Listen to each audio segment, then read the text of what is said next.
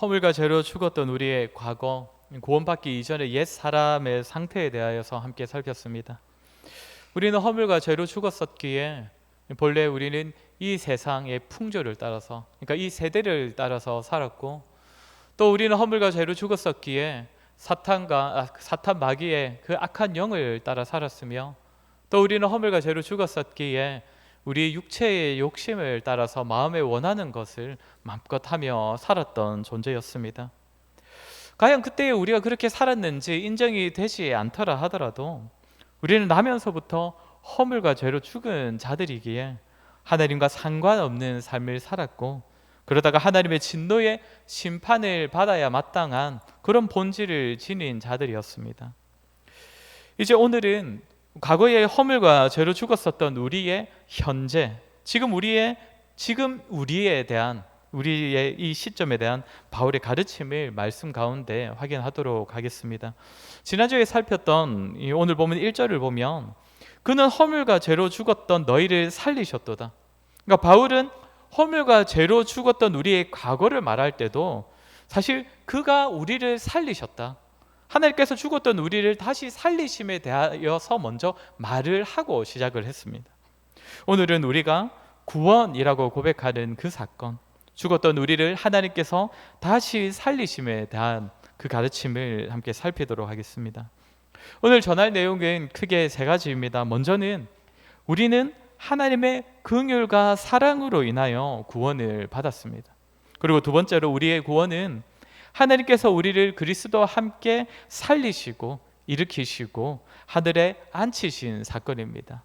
그리고 마지막 세 번째로 이렇게 우리에게 구원의 은혜를 베푸신 목적은 이 은혜의 풍성함을 여러 세대에 나타내시기 위함입니다. 오늘 말씀을 통하여 구원하신 우리를 향한 하나님의 마음과 계획을 다시 한번 확인하는 귀한 시간 되기를 소원합니다. 먼저 허물과 죄로 죽었던 우리를 살리신 것은 하나님의 긍휼과 사랑 때문입니다. 우리 4절과 5절 말씀을 오늘 보면 4절과 5절 말씀을 한번 같이 읽도록 하겠습니다. 시작. 긍휼이 풍성하신 하나님이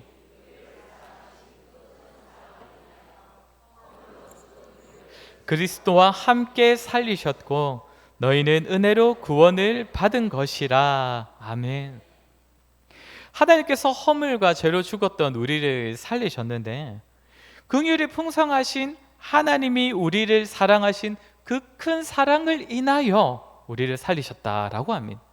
그러니까 바울이 가장 먼저 말하는 것은 우리의 구원은 하나님의 긍휼과 사랑으로 말미암는 결과라는 것입니다. 여기서 하나님께서는 긍휼이 풍성하시다 할 때 긍휼이라는 말은 쉽게 말하면 동정심입니다.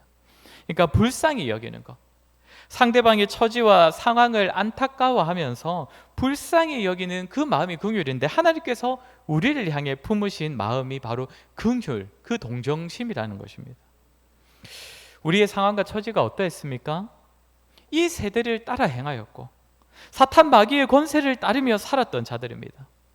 애초에 죽어있는 채로 태어났기 때문에 하나님과 아무 상관없이 그저 이 세상과 세대를 따라 살아가면서도 무엇이 잘못되었는지 전혀 알지 못한 채 그렇게 살았습니다.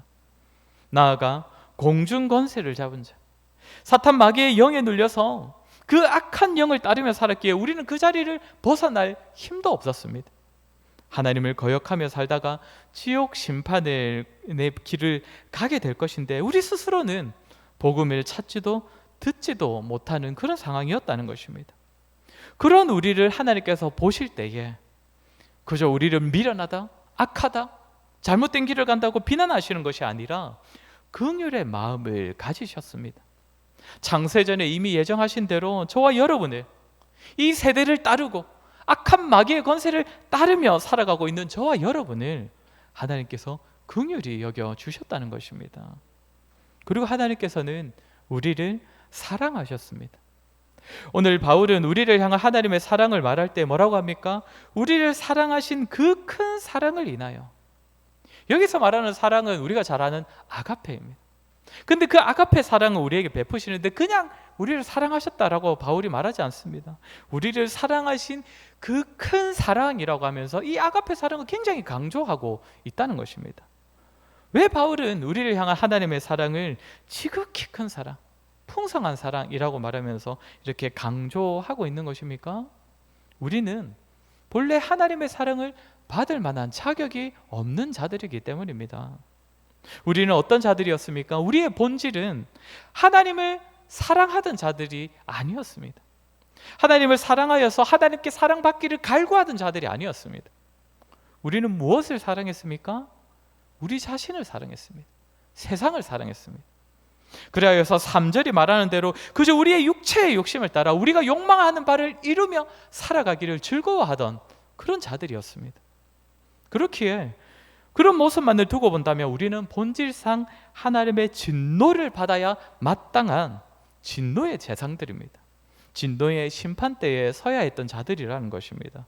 그런 우리를 사실상 그냥 외면하시고 그냥 심판대에 세우셔도 할 말이 없을 우리를 하나님께서 심판의 자리에서 구원의 자리로 옮겨주셨으니 바울은 그 하나님의 사랑을 말할 때 그냥 한마디로 간단하게 표현할 수가 없는 것입니다. 우리를 사랑하신 지극히 큰 그 사랑을 인하여 라고 고백한다는 것입니다. 요한일서 4장 10절 말씀 우리 함께 읽도록 하겠습니다. 요한일서 4장 10절 말씀입니다. 읽겠습니다. 시작. 사랑은 여기 있으니 하나님이 우리를 사랑하사 우리 죄를 속하기 위하여 화목 제물로 그 아들을 보내셨습니다. 아멘. 사도 요한은 뭐라고 합니까? 하나님과 우리 사이의 관계에 있어서의 중요한 사랑은 우리가 하나님을 사랑한 사랑이 아니라고 합니다. 우리가 하나님을 사랑할 수 없고 하나님을 사랑하지 않았을 때에 우리를 먼저 사랑하시고 그 사랑으로 우리를 진노의 자녀에서 사랑받는 자녀의 자리로 옮겨주신 그 사랑이 정말 중요한 사랑이고 우리가 고백해야 하는 사랑이라는 것입니다. 사랑하는 성도 여러분, 허물과 죄로 죽었던 저와 여러분을 향하여 우리 아버지 하나님께서는 이와 같은 긍휼과 사랑을 베풀어 주셨습니다. 사랑받을 만한 조금의 자격도 없는 우리, 그저 우리 육신의 욕망을 따라 살기를 즐거워하여 하나님의 진노를 받아야 마땅했던 그런 우리를 먼저 사랑해 주셨습니다. 또한 하나님을 먼저 사랑하고 싶어도 복음을 듣고 믿고 싶어도 사탄 마귀에 사로잡혀서 도무지 하나님을 찾을 수 없었고 또 세상 사람들과 같이 멸망의 길을 가면서도 아무것도 모른 채 그 길을 가는 것을 즐거워하던 우리를 하나님께서는 불쌍히 여겨주셨습니다. 긍휼히 여겨주셨습니다. 사랑하는 성도 여러분, 하나님께서 우리를 향한 긍휼과 사랑을 인하여 저와 여러분을 진노와 심판의 자리에서 구원받는 자녀의 자리로 옮기셨다는 사실을 믿으시기 바랍니다. 그리고 그 긍휼과 사랑은 지금까지도 조금도 변함없는 우리를 향하신 하나님의 마음이라는 사실 또한 믿으시기 바랍니다. 도무지 기대할 수 없는 우리에게, 조금의 자격도 없는 우리에게 베푸신 하나님의 긍휼과 사랑은 우리를 구원하신 하나님의 마음이요 지금도 우리를 향하신 하나님의 마음이라는 사실로 인하여 기쁨과 감사로 살아가시는 저와 여러분 되기를 소원합니다. 두 번째로, 허물과 죄로 죽었던 우리의 구원은 그리스도와 함께 이루어졌습니다. 우리 5절과 6절 말씀을 같이 읽도록 하겠습니다. 오늘 본문 5절과 6절입니다. 시작. 허물로 죽은 우리를 그리스도와 또 함께 일으키사 예수 안에서 함께 하늘에 앉히시니. 아멘. 오늘 이 두 구절에서 반복되고 있는 단어가 무엇입니까? 먼저는 그리스도가 두 번 나오고 있고요. 그리고 함께라는 단어가 세 번 반복되고 있습니다. 바울은 여기서 우리의 구원이 그리스도와 함께 이루어졌다라는 사실을 강조하고 싶은 것입니다. 그러면 무엇이 그리스도와 함께 이루어졌습니까? 5절에는 그리스도와 함께 살리셨고 라고 하고요, 6절에서는 함께 일으키사, 그리고 6절 끝에는 함께 하늘에 앉히시니 라고 합니다. 그리스도 함께 살리시고 함께 일으키시고 함께 하늘에 앉히셨다는 것이죠. 우리 이 부분은 우리가 사실 1장 후반부에서 다뤘던 내용입니다. 기억나실 텐데 하나님께서 하나님의 그 지극히 크신 능력에 대하여서 우리가 말을 할 때 1장 20절을 보면 그 능력은 그리스도 안에서 역사하사 다시 살리시고 하늘에서 자기의 오른편에 앉히신 능력이다 라고 했습니다. 이때 강조했던 내용이 무엇인지 기억나십니까? 1장 19절에 기록된 대로 그 능력은 우리를 향해 베푸신 하나님의 능력이라는 것입니다. 그리스도를 다시 살리시고 하늘에 앉히신 그 하나님의 능력이 저와 여러분에게 베푸신 하나님의 능력이라는 것이지요. 그 내용이 오늘 본문에서는 좀 더 구체적으로 다시 한번 언급되어 있는 것입니다. 하나님께서 그리스도를 다시 살리신 그 능력으로 그리스도와 함께 우리 또한 살리셨고, 하나님께서 그리스도를 일으키신 그 능력으로 우리를 함께 그리스도와 함께 일으키셨고, 그리스도를 하늘에 앉히신 그 능력으로 우리를 그리스도와 함께 하늘에 앉히셨다라는 것입니다. 이 사실은 우리의 신분이 완전히 달라졌다는 사실을 알려주는 그런 소식입니다. 먼저 살핀 내용에서는 하나님께서 우리를 향해 긍휼과 사랑을 베푸심으로써 자격 없는 자에게 구원을 베푸셨다라는 사실을 확인했다면, 이 내용에서는 하나님께서 그리스도와 함께 우리를 살리셨다는 이 내용에서는 우리를 구원하심으로써 우리의 존재가 완전히 달라졌다라는 그 사실을 알려준다는 것입니다. 본래 우리의 존재, 우리의 신분은 어떠했습니까? 오늘 계속해서 반복하여 말하고 있는데, 허물과 죄로 죽어 있었고 죽어 있는 채 살아가다가 하나님의 진노를 받아야 했던 것이 우리의 존재됨, 우리의 신분입니다. 그것이 우리의 신분인데, 그렇게 우리의 최종적인 자리는 어디였습니까? 지옥이었습니다. 멸망의 자리였습니다. 그랬던 우리를 하나님께서 그리스도와 함께 살리셨고 함께 일으키셨을 뿐만 아니라 그리스도와 함께 하늘에 앉히셨다라고 합니다. 그러면 이제 우리의 최종적인 자리는 어디가 되는 것입니까? 그리스도와 함께 앉게 될 저 하늘의 높은 자리가 되는 것이지요. 그 자리가 우리의 최종 목적지입니다. 그러면 그리스도께서 앉으신 그 자리는 어떤 자리입니까? 전에도 말했지만 하나님 우편입니다. 하나님 우편에 앉으셨다는 것은 어떤 의미입니까? 그 높은 자리에서 하나님으로부터 부여받은 그 권한과 권세로 만물 위에서 만물을 다스리시고 통치하시는 자리가 바로 하나님 우편, 그리스도께서 높이 올리신, 앉히신 그 자리라고 했습니다. 그런데 하나님께서 긍휼과 사랑을 베푸신 자들을 그리스도와 함께 살리실 뿐만 아니라 그리스도와 함께 하늘의 그 자리에 앉히신다라고 한다는 것이죠. 그럼 이것이 무슨 의미가 되겠습니까? 구원받은 우리 성도들 역시 그리스도와 함께 그 높은 자리에서 만물을 다스리고 만물을 통치하게 되는 그 권세를 얻게 된다는 것입니다. 여기서 하나 더 기억할 것은, 헬라어로 보면 하늘에 앉히시니라고 말할 때 이 앉히셨다는 단어를 바울은 과거에 이미 일어난 일로 말한다는 것입니다. 이 시점을 과거형으로 말한다는 것이죠.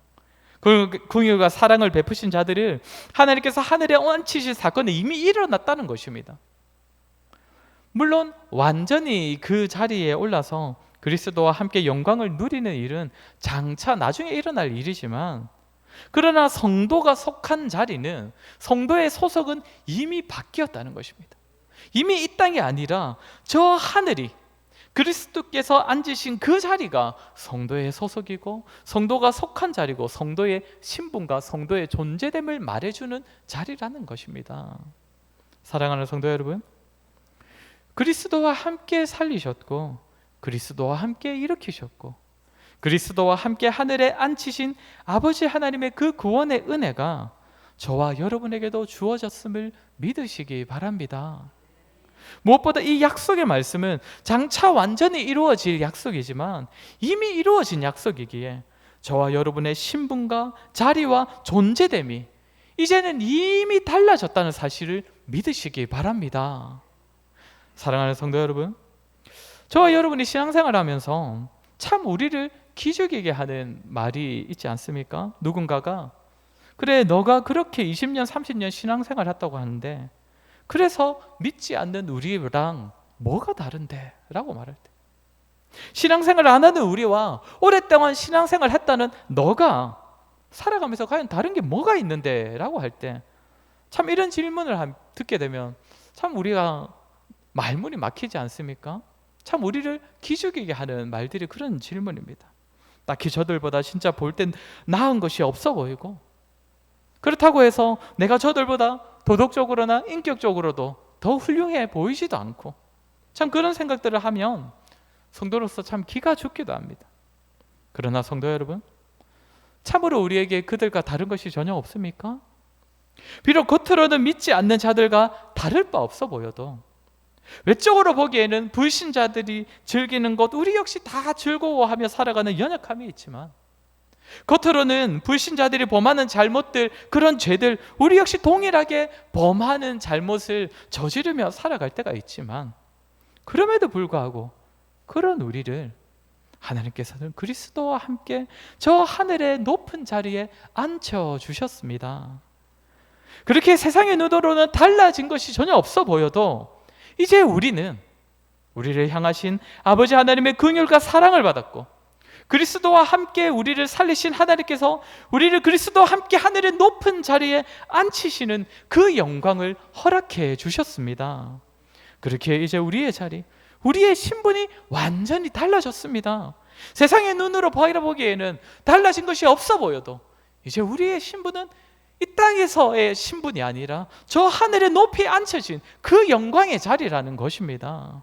이것이 성도의 변화가 아니라면 무엇이 성도의 변화겠습니까?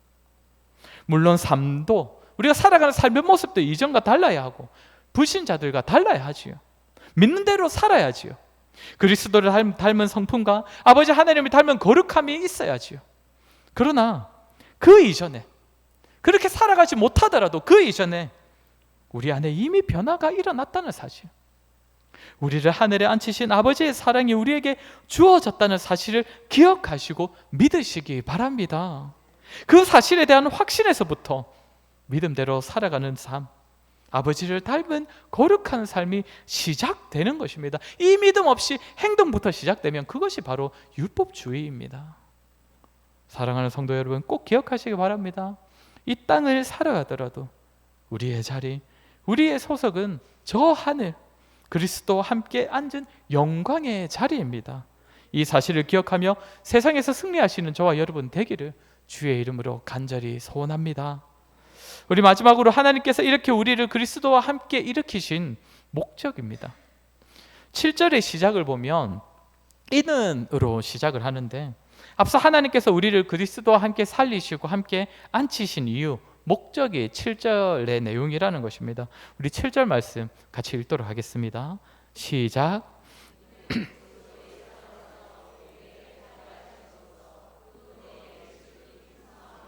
오는 여러 세대에 나타내려 하심이라. 아멘.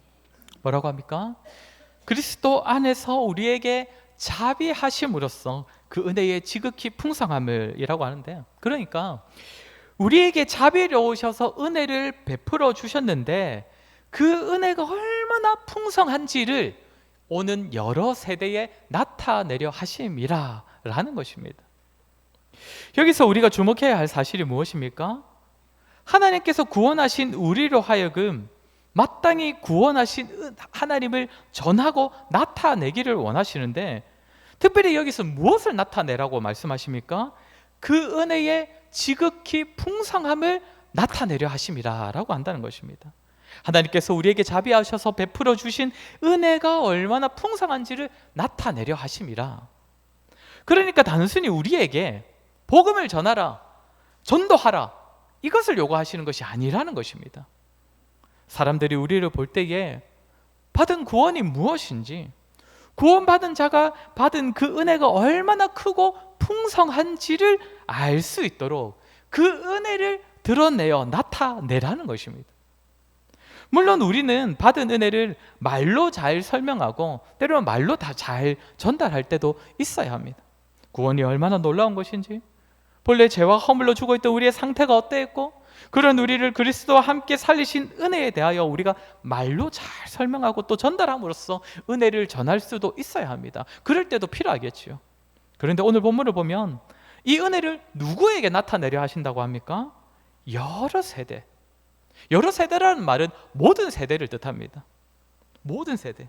그러니까 믿는 자들과 안 믿는 자들, 나와 가까운 자들과 나와 먼 자들, 하나님을 아는 자들과 하나님을 모르는 자들, 교회와 복음에 대하여서, 성경에 대하여서 믿지 않아도 호의적인 자들, 처음부터 부정한 자들, 이런 모두에게 다 전하라, 나타내려 하신다는 것이죠. 그렇게 은혜가 우리를 통해 나타난다는 것은 때때로는 우리가 성경과 복음을 말로 설명함으로써 나타낼 수도 있겠지만, 그렇게 나타내야 하는 자들도 있겠지만, 때로는 성경을 모르거나 우리와 거리가 있고 특히 교회와 기독교에 대해서 부정적이거나 무관심한 사람들에게는 우리의 삶에, 우리가 살아가는 모습에 받은 은혜의 풍성함이 담겨 있어야 한다는 것입니다. 삶의 모습에서 나타나야 한다는 것이죠. 우리를 볼 때에 저 사람은 정말 뭔가 놀라운 혜택을 받은 사람인가 보다, 저 사람은 정말 그것이 무엇인지 모르겠지만, 무엇을 받은 것인지는 모르겠지만 저 사람은 정말 값지고 좋은 것을 받아서 누리고 있는 사람인가 보다, 그렇게 여길 만한 그런 모습이 우리의 삶에서 마땅히 드러나야 한다는 것입니다. 받은 은혜가 너무나 값지고 놀랍고 풍성하기에 삶에 늘 감사와 기쁨이 넘치고, 그 받은 것, 우리가 가진 것이 너무나 귀하고 풍성하기에 세상에서는 다른 건 더 욕심내지 아니하고, 사람들을 대할 때는 양보하고 베풀고 져주는 모습으로 우리가 받은 은혜의 풍성함을 나타낼 때에 그것이 하나님께서 우리를 구원하신 목적을 이루며 살아가는 모습이라는 것입니다.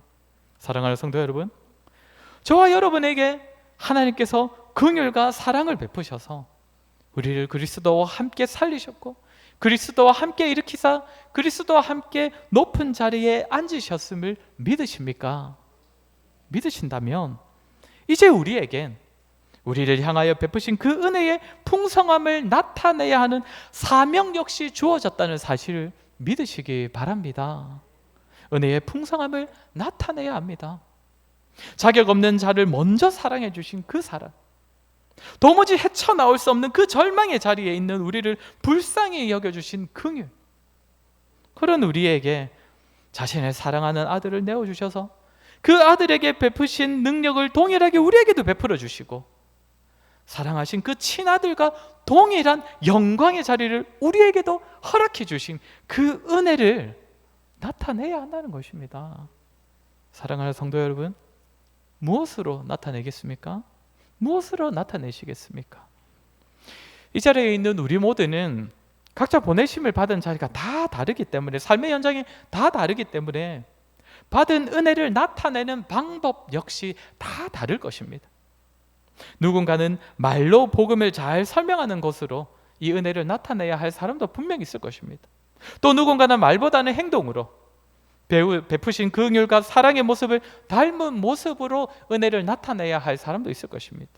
중요한 것은 우리는 은혜를 거저 받았고 선물로 받았고 말로나 행동으로나 우리의 삶으로는 다 담을 수 없는 풍성한 은혜를 받았다는 사실입니다. 그 사실이 우리의 말과 행동과 삶에서 찾아볼 수 있어야 한다는 것이죠. 그 사랑과 긍휼, 받은 은혜가 우리의 삶에 다 담기지는 못해도 적어도 그 은혜의 흔적이 우리의 삶에 묻어 있어서 때로는 가진 것 없는 상황에서도 감사로, 때로는 환난 가운데서도 기쁨으로, 또한 다른 사람을 기꺼이 섬기는 겸손함으로 받은 은혜가 부족하더라도 우리의 삶의 흔적으로서 나타내야 한다는 것입니다. 사랑하는 성도 여러분, 우리의 모습은 어떠합니까? 다 표현할 수 없는 그 큰 사랑과 은혜가 우리의 삶에 담겨 있습니까? 누군가가 우리를 바라볼 때에 하나님의 은혜를 발견할 수 있겠습니까? 우리의 삶에는 아버지 하나님의 긍휼과 사랑을 닮은 모습이 우리의 삶을 통해 나타나고 있습니까? 저와 여러분 부족하더라도 받은 은혜의 증거자가 되기를 소원합니다. 작은 부분에서라도 우리의 어리숙한 말과 행동을 통해서라도 받은 은혜에 대한 감사와 감격을 나타낼 수 있기를 소원합니다. 저와 여러분, 오늘 들은 말씀처럼 저와 여러분에게는 하나님의 긍휼과 사랑이 나타나 그리스도와 함께 다시 살게 되었고 하늘의 영광스러운 자리를 허락받았다는 사실을 기억하시고 또 확신하셔서 이제는 그 풍성한 사랑과 은혜를 나타내며 전할 수 있기를 주의 이름으로 간절히 소원합니다. 우리 시간 말씀을 기억하며 같이 기도했으면 좋겠습니다. 먼저는 우리에게 베푸신 긍휼과 사랑을 확신하게 해달라고 기도합시다.